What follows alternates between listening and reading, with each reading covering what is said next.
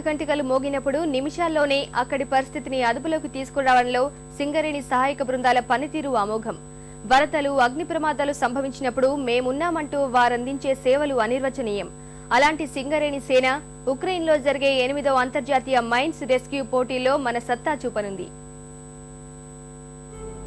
సింగరేణి 3 రీజియన్లలో ప్రస్తుతం 660 మంది శిక్షణ పొందిన సహాయక సిబ్బంది ఉన్నారు.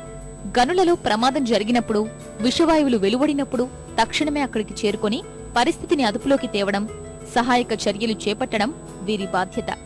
చాలా దేశాల్లో సైనికుల్నే ఇలాంటి పనుల కోసం వినియోగిస్తారు. కానీ మన సింగరేణి బృందాలు రక్షణ బలగాలకు ఏమాత్రం తీసిపోని రీతిలో పనిచేస్తారనడం అతిశయోక్తి కాదు.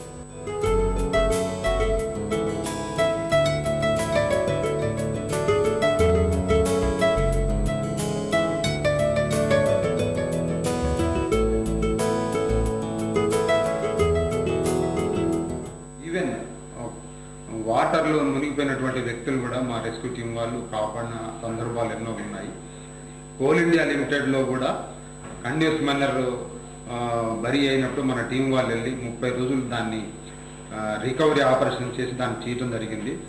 ఇట్లాంటి వివిధ రకాలైనటువంటి ఎమర్జెన్సీలో చాలా ఉన్నతమైన సేవలను అందిస్తున్నారు.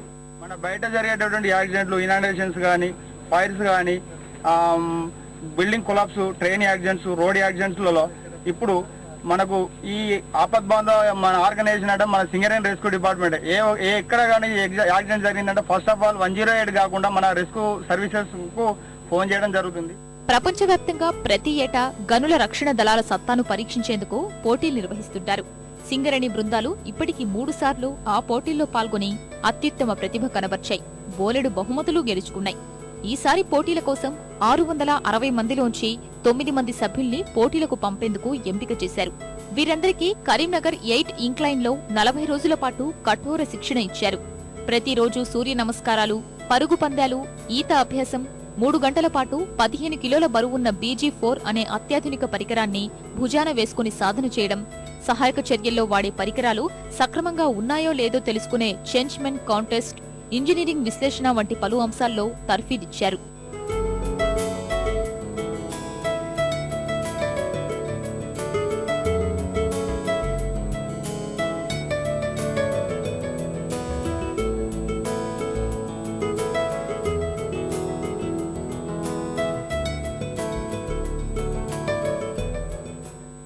ఈ యుక్రెయిన్లో జరిగే 8వ అంతర్జాతీయ పోటీల్లో తప్పనిసరిగా మొదటి స్థానానికి రావాలని కోరుకుంటూ దానికోసం తీవ్రంగా శ్రమిస్తూ ఉన్నాము. తప్పనిసరిగా ఈసారి కూడా మేము మొదటి స్థానం రావడానికి శ్రమించి తప్పనిసరిగా సింగరేణి పేరును అంతర్జాతీయంగా పైకి ఎగరేస్తామని సవినయంగా మనవి చేస్తాం. కనీసం ఈసారి ఓవరాల్ ఫస్ట్ ప్లేస్ రావాలని సింగరేణి ఏం ప్లస్ ఇండియా పేరు నిలబెట్టాలనేసి అందరు ఏం కాబట్టి మేము కూడా కొత్త పాత అనకుండా అందరం శ్రమించి ఫస్ట్ ప్లేస్ చేయడానికి ఖచ్చితంగా ట్రై చేస్తాం. ఉక్రెయిన్లో జరిగే అంతర్జాతీయ మైన్స్ రెస్క్యూ పోటీలలో 11 దేశాల నుంచి 26 బృందాలు పాల్గొంటున్నాయి. మన దేశం నుంచి సింగరేణితో పాటు Tata iron and steel company బృందం కూడా హాజరవుతోంది.